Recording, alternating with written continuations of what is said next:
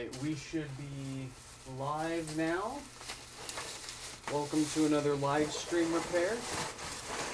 We've just got the one no power pod from Brian. Should be a quick and easy repair stream for us today. So let's get on started. We're going to, of course, plug this into power just to make sure that we've got what we're expecting.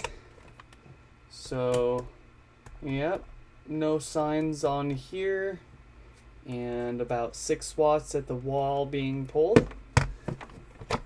So, like most of these, seems like a shorted diode on that amp board inside, but let's get it cracked open and see if we're right.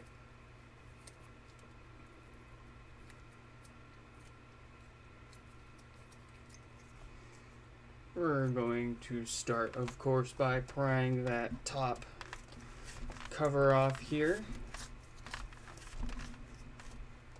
Just a little slicing. Might look a lot easier on camera.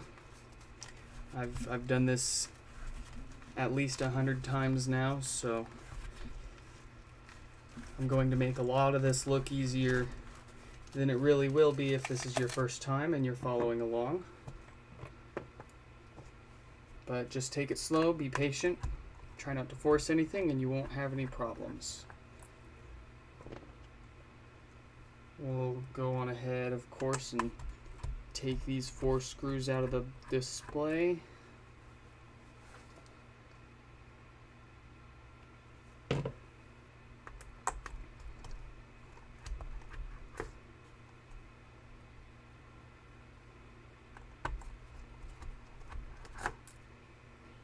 All right. Then we want to get so this is how I do this. Whatever you do works for you. More power to you. But this way, to me, seems the least riskiest, least damaging. Just generally the best and easiest way that I feel to get these off. So you want to be careful when you go in to pry this display off, that you're actually getting under the PCB for this display, and you're not going in between the display PCB and this plastic.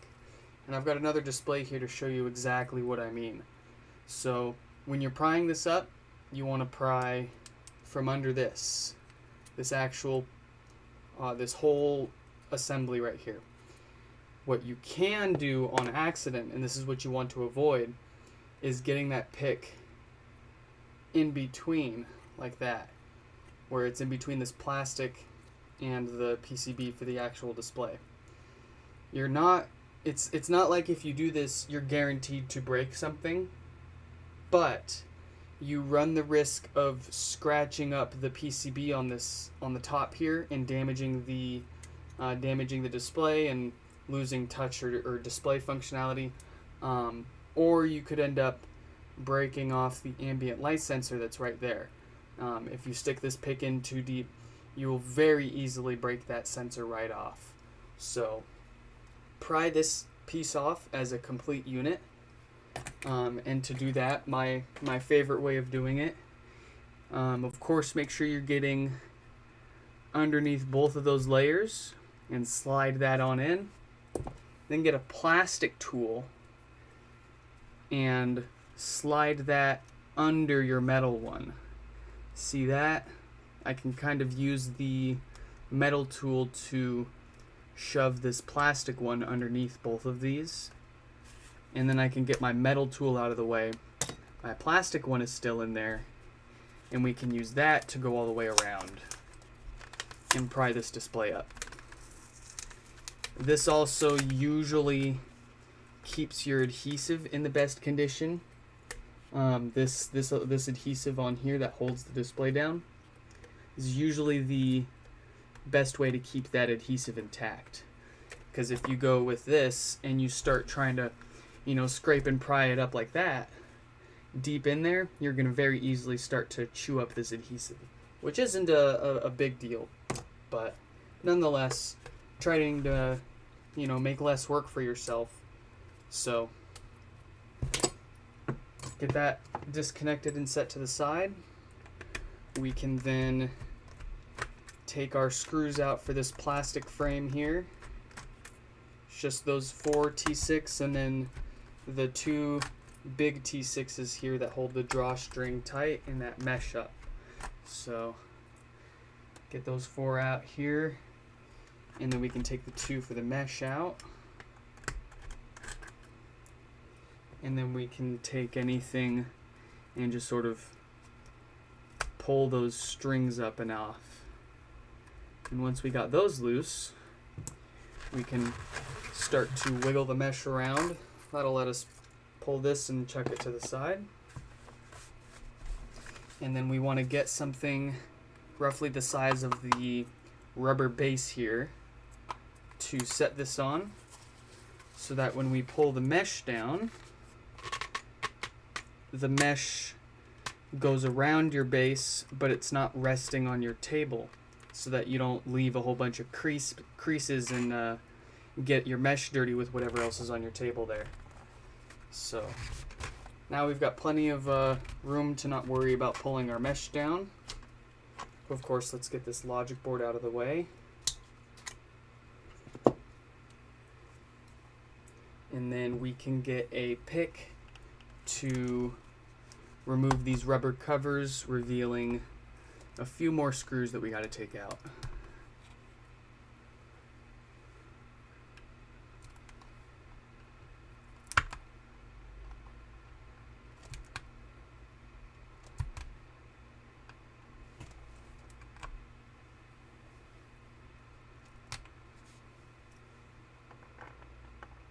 Once we got all those out, we can of course take the screws that we just revealed out.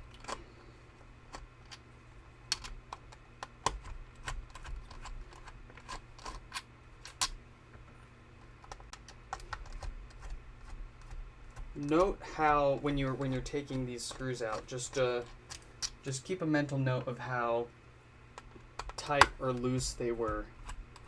And just keep that in mind when you go to put this back together.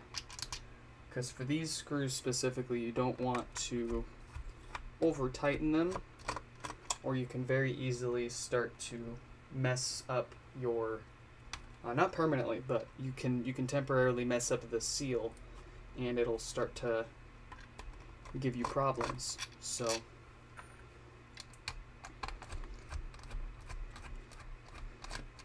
they don't need to be super tight on there, they just need to firmly and snugly hold your plastic basket here in place when you reinstall them.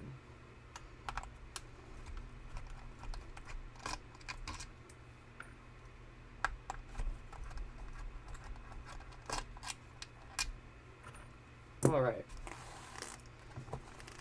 before we pry this basket off, we will want to do something about this cable because it's stuck to the basket right here.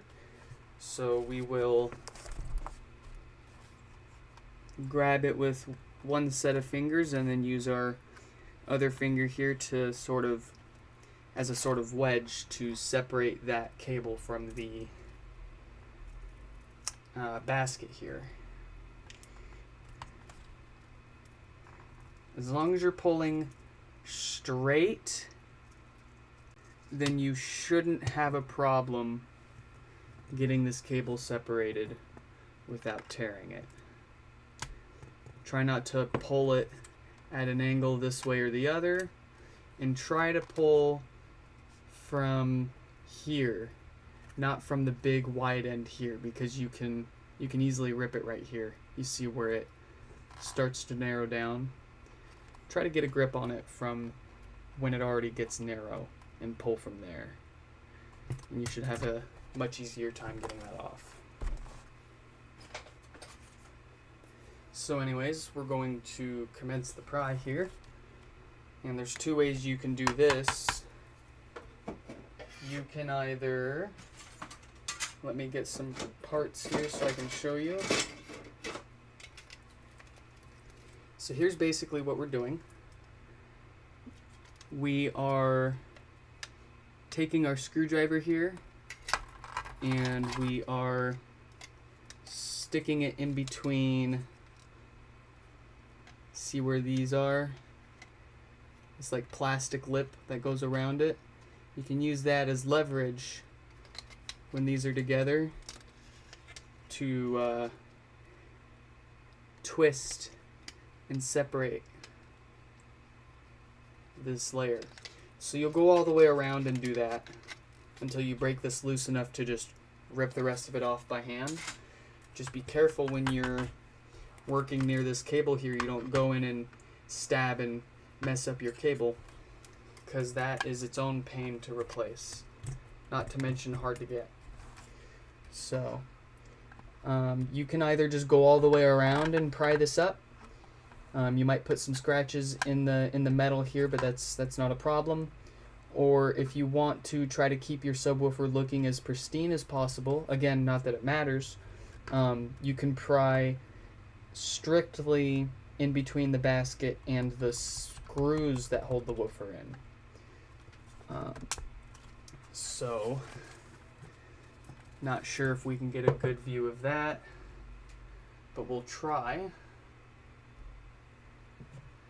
So if you see in there, I've got that screwdriver wedged in between one of the screws holding the subwoofer in and this top basket. And we're just going to use that leverage to twist and pry this basket off. Just like that. So that's already starting to give up. So we're going to move on to the next screw. Wedge our screwdriver in there. Do the twist. Get that loosened up. Move on to the next screw. Same thing. Wedge it on in there. And twist to get it up. And you can see the basket's starting to come up, so we're going to keep going around.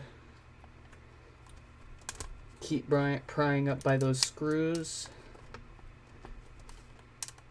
If you bend the screws, it's not a big deal. You can always bend them back before you take them out. That'll be a little easier than trying to unbend them when you remove them. And I'll show you how I do that once we get this off. Being careful around that ribbon cable there. We're going to skip over it and go over to the next screw. Pry that up.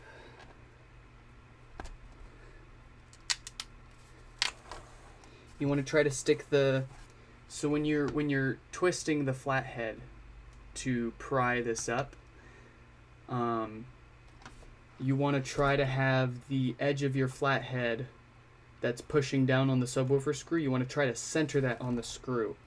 You don't want to be super far one side or the other on that screw, because that'll make it that'll make it a little easier to bend that screw on accident.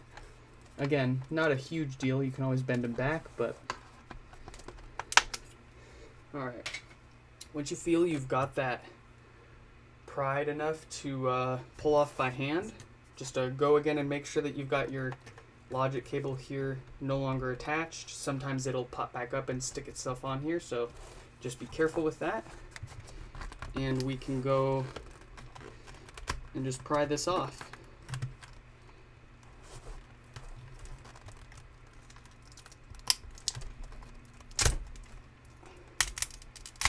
And there we go. If you've got any of that extra adhesive that's like sticking out, you can just take that off. It's not going to mess anything up.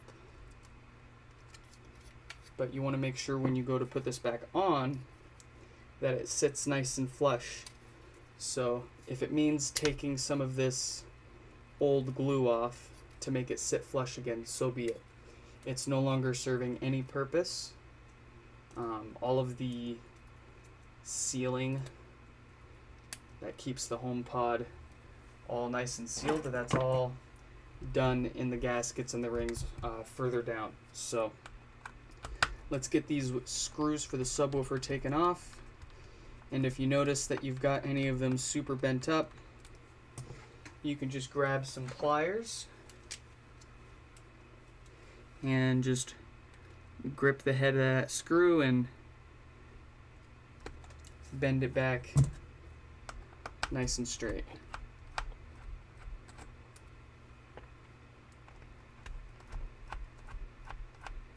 They don't need to be perfectly straight. They can be they can still have a little bend to them, but you don't want it to be too bad because, of course, you do want it to hold the subwoofer relatively centered.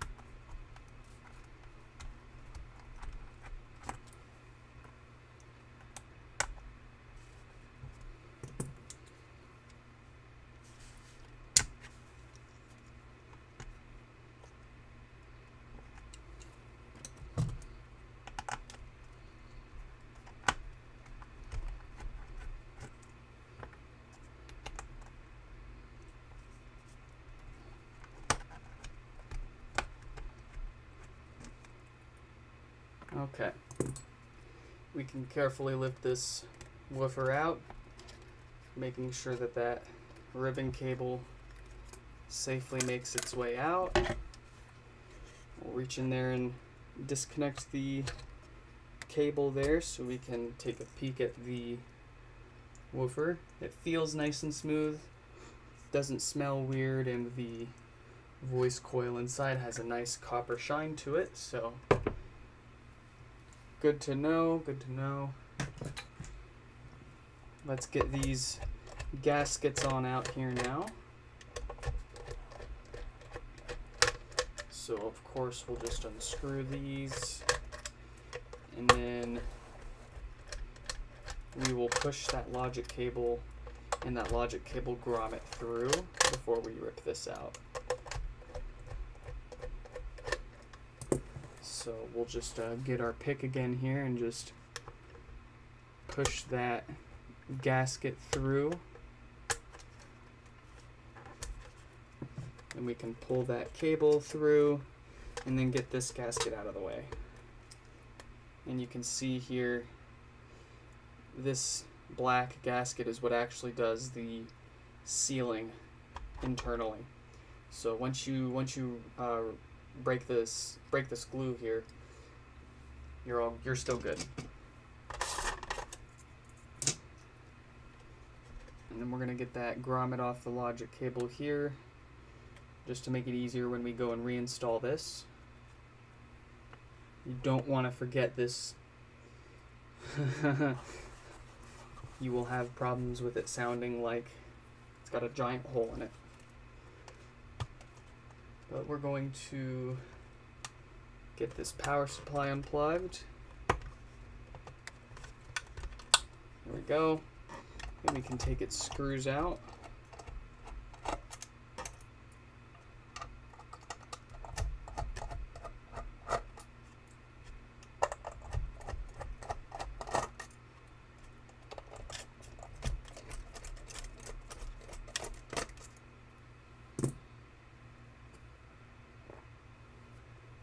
And then we'll get our hooker, and we're going to hook that where the AC connector goes into that power supply, and we're going to lift that up so it disconnects from the amplifier underneath from this connector here. Get that power supply to the side. We will disconnect this ribbon cable from the amplifier, and then take out the 14 screws holding said amplifier down.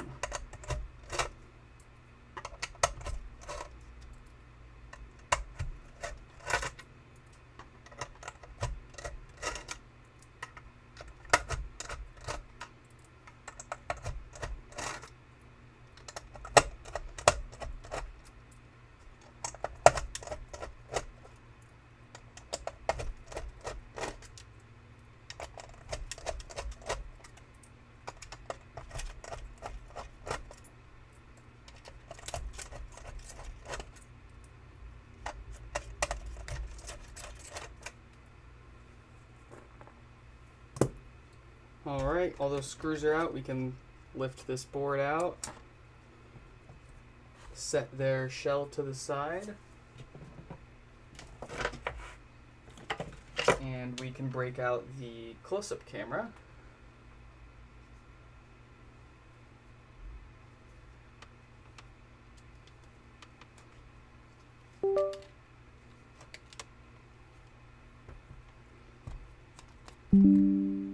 And get a look at what exactly we're fixing up here.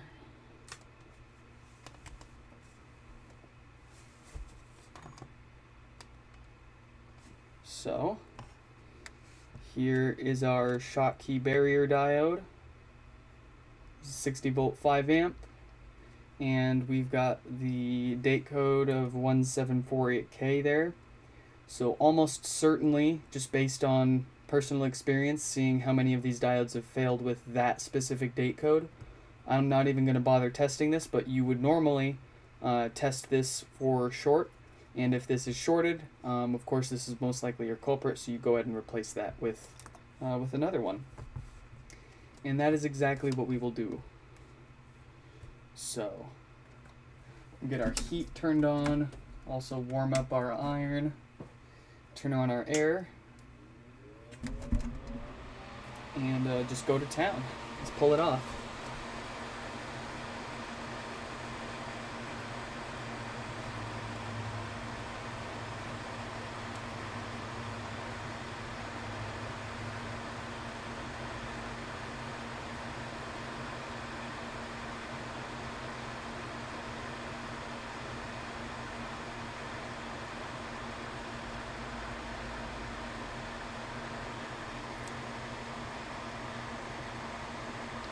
Gonna keep giving it heat until we see the solder melt, and then we're gonna push that straight down to avoid bumping anything else off the board and creating more work for ourselves.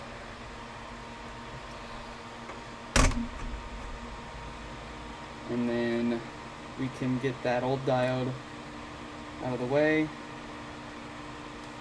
We'll grab a new one.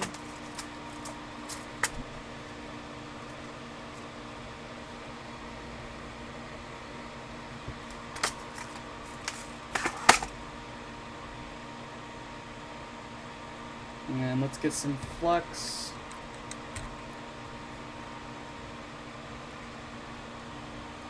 We're going to flux up this diode before we put some solder on it. Make it easier when we go to reinstall this. Flux that board up too while we're here. And we'll get our iron. Clean that dirty, nasty tip off. Put some fresh solder on that.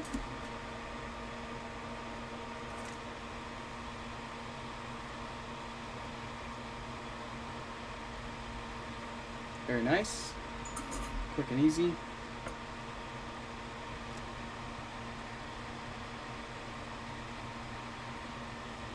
Drop that onto our board. And then we'll get our heat gun again and put that in place.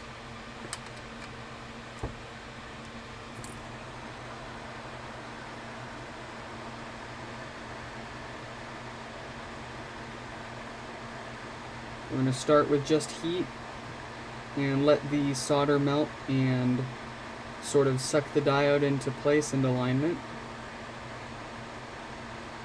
Once we feel got enough heat, we can push down on it and then keep holding down while we pull the heat off. Let that solder solidify until there. And that's it. Thanks for joining this live stream repair, and I'll catch you guys in the next. No, I'm just kidding. So, let us give this board a chance to cool down. I'll clean some of this extra flux off here, just with some rubbing alcohol.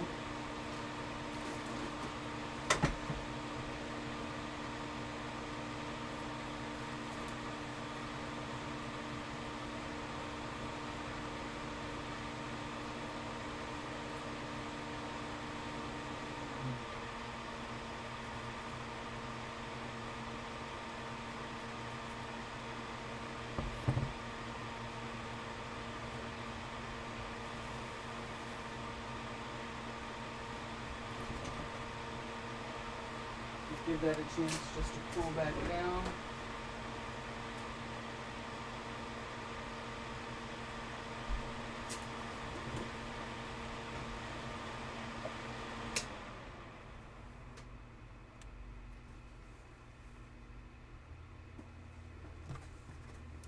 And instead of fully reassembling this, we are going to put some test parts on it and check for any DC offset on the subwoofer, because that's another common failure for these. I say it pretty much every stream, but I'm going to keep saying it pretty much every stream. We're already in here, so we may as well check for other common issues while we've got it apart. Get it all fixed up at once.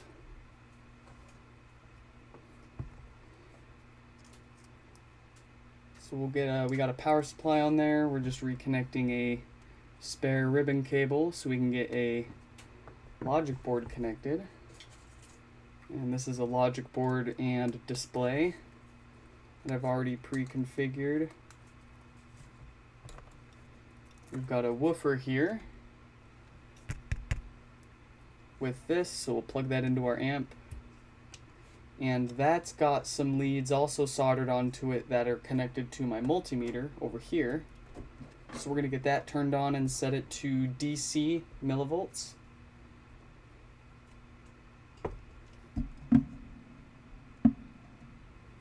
And then get ourselves a way to power this on and plug it on in. And then we'll tap this really quick. Alright, so it's booting up. Our no power repair worked. Very good. Always nice to check these things with it all right in front of you instead of having it all back together and finding you made a simple mistake and having to tear it all back apart. But it also, of course, requires that you've got the spare parts on hand, you know, like the power supply and the power cable on the inside and the logic cable, logic board, speaker, you know. But if you think you're going to be fixing, you know, more than one or two HomePods, it might be worth it to you to get one just for parts so that you've got all these, you know, a power supply and a spare woofer and power leads and all this extra stuff so that you can actually test the parts on a bench, already disassemble it, as opposed to having to throw the whole thing back together, test it, tear it back apart, do your fixes, throw it back together just to test again. Gets very time consuming. So in the long run, it definitely saves you time and inherently money then, if you've got the spare parts around to do these sort of tests. But we've got it on, it's booted. So when it boots up, it's not going to automatically turn the amplifier on. It's on, like the HomePod is on, but it's currently in a low power mode right now. Once you trigger it one way or another to produce sound, it will turn the amplifier circuit on, and that's when we want to measure for DC offset. So let's go ahead and do that. We're just going to tap and hold the top really quick. Want to make sure it's not producing any sound when we are noting the offset here. You will see the DC measurement fluctuate if it's actively producing a sound. So you want to wake it up, but of course you don't want to pay attention to this until it's not actually producing sound. In the off chance that you tap this and Siri goes off on a rant for a few seconds, just wait for her to shut up, and then look at your offset. And on this one, we've got a very, very, very good result of just about 0 millivolts. You need a multimeter that goes down into the millivolt scale. One that just reads in whole voltages with like 1 or 2 decimal points may not be sensitive enough. So here I've got my meter set to 2 volts DC scale. So what that means is it's able to read and display anything up to 2 volts. And then I've got like a 20 volt scale here, so that'll do anything up to 20 volts. This will do 200 volts DC. But the very first step that I've got is millivolts.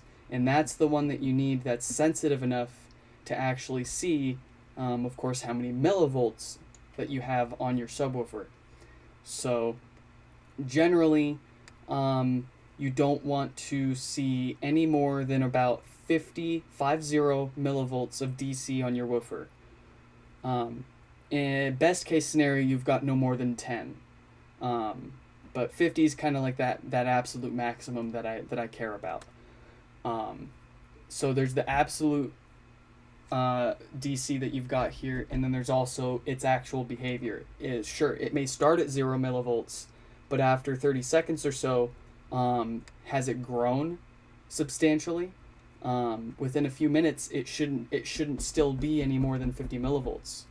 If you see it's increasing, 10, 20 millivolts every few seconds, that's a sign of a problem too. So, but this one's got very, very good results. Didn't hear any popping when we woke it up, and we probably won't hear any popping when we power it down. Excellent. So this pod just needed the no power repair. It's got no signs of DC offset or any sort of popping or crackling or death fart issues. So we're good to tear off the test parts here and throw it all the way back together.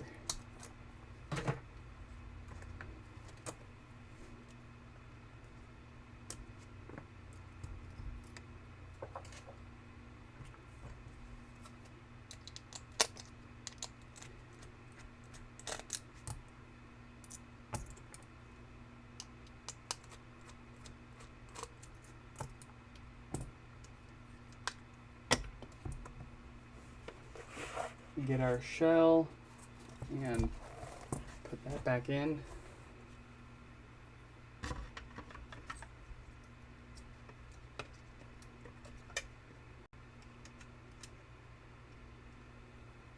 And then we can proceed with those 14 screws to put this amp board in.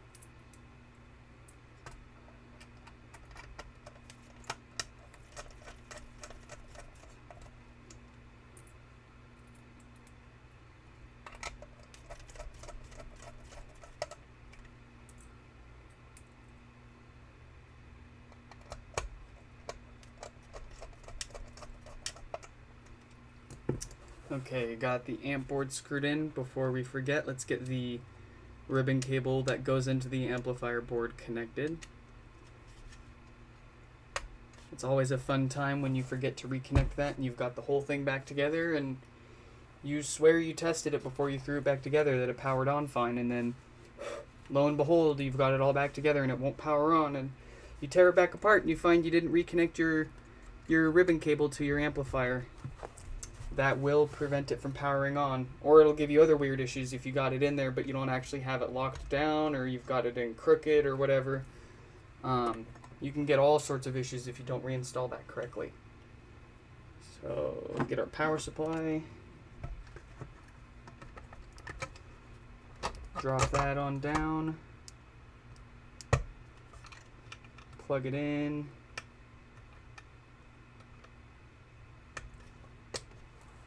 screw it down.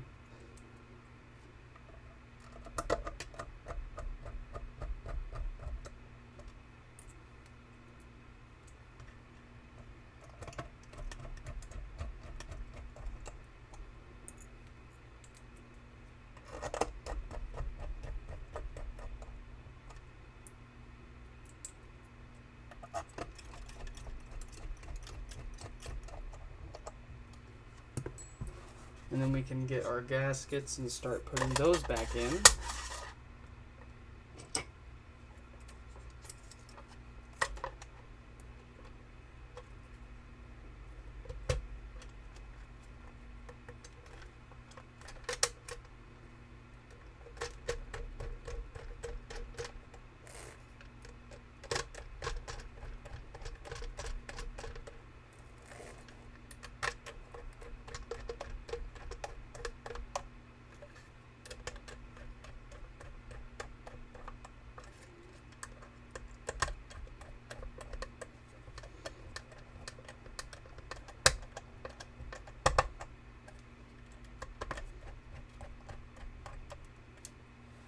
Okay, let's get that ribbon cable gasket back in place.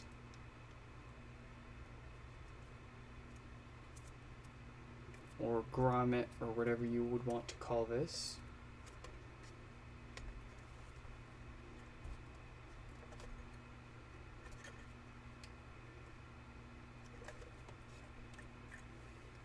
Then we can get our subwoofer, peel off its gasket so we can make sure that's nice and centered before we plug this woofer in and drop it down into place.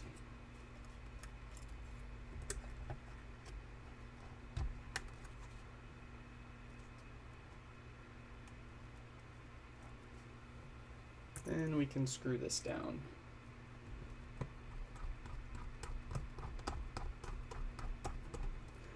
We're going to loosely put the first two in. Once we've got those two in, then we can tighten them up and work the rest of them in here. We loosely put the first two in and then tighten them down because that will just help the woofer stay nice and centered.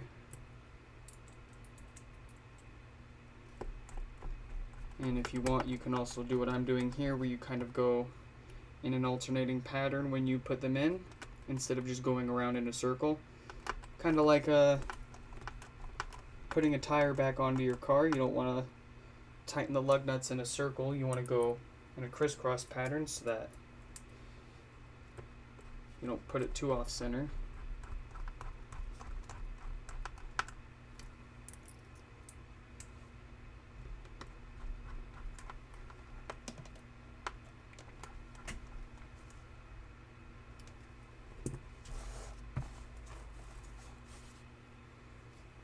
We can get our basket, line that spot that sticks to the logic cable up,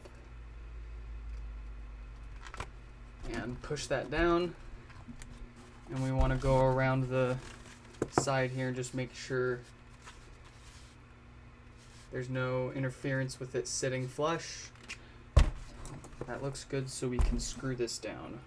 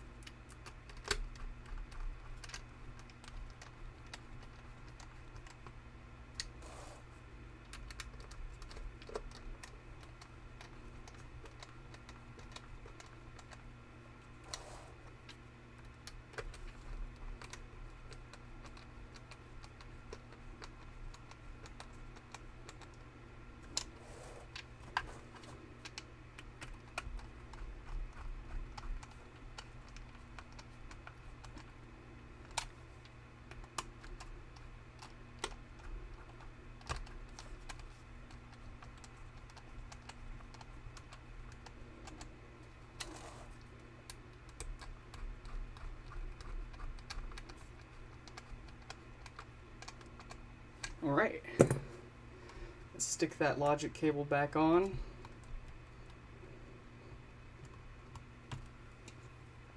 And we can start pulling this mesh up and putting it down. Get those rubber screw covers put back on.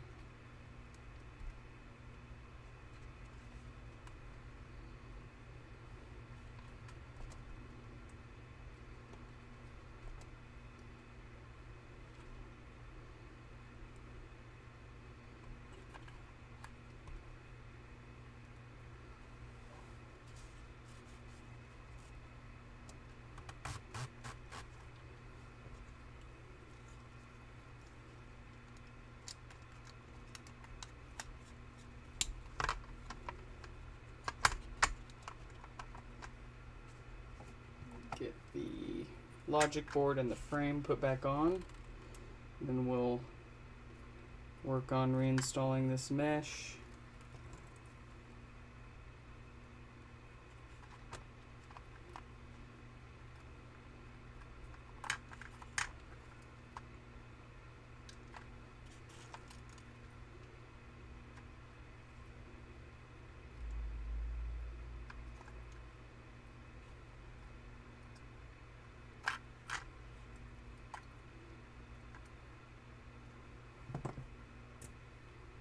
Loosely put those screws in so we can tighten the mesh up around it before we fully tighten these guys down.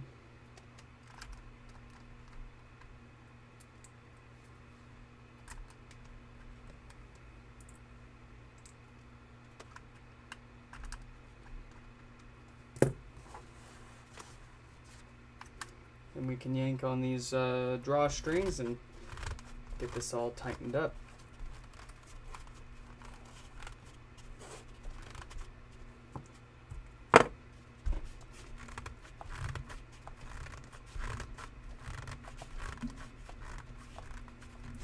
Very good.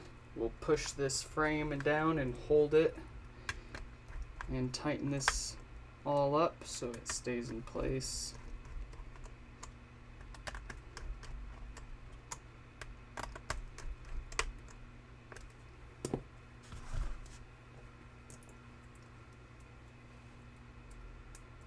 And then let's go ahead and put these drawstrings back in.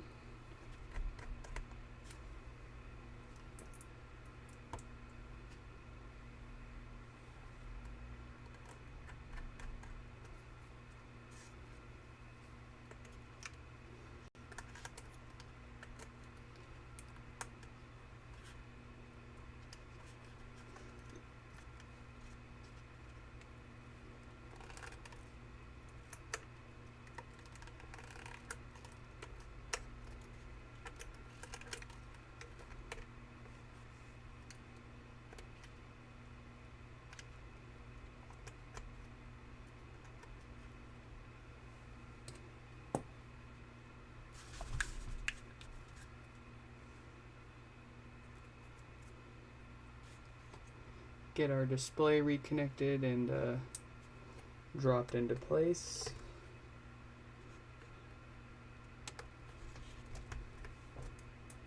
The last 4 screws.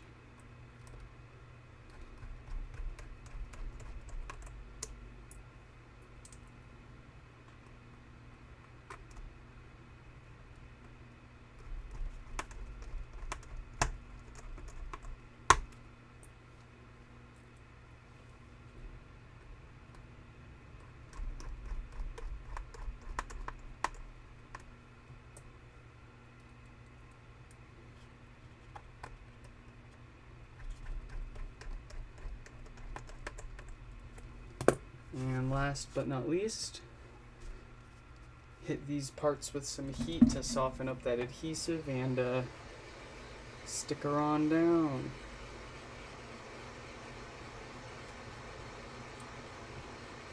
If this is your first few times fixing up a pod, it might be a good time for you before you stick this back on to plug it in and give it a quick test. Make sure you've got everything put back together properly.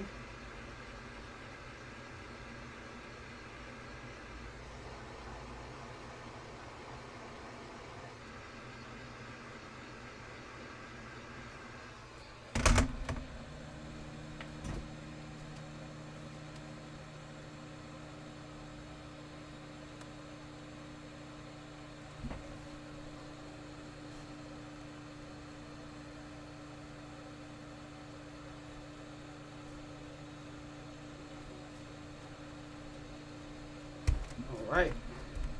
Feels like we got that nice and centered, so we're going to push it down, get it nice and stuck on there.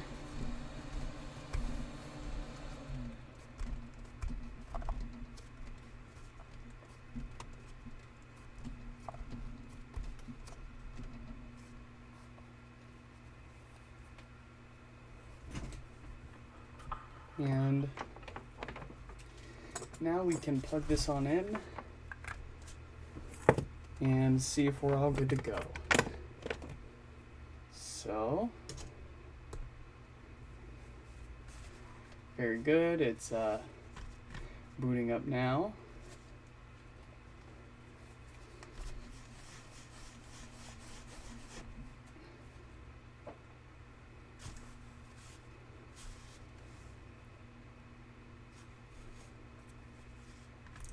All right, it's booted up. Let's find out. I'm having trouble connecting to the internet. Yep, sounds great. Let's try to get the volume buttons to pop up. I'm having trouble. Very good. Those are lined up and evenly lit. Looks like we got this one all fixed up. No problems. So that is all for today. We've just got this one for no power. Got it all fixed up and ready to go. So I hope you all enjoyed this live stream repair. If you want to get your own pod fixed, visit my site nixfix.com. Shoot me an email. Or if you've got any questions, again, you can shoot me an email or leave a comment down below, and I'll catch you guys in the next one. Goodbye.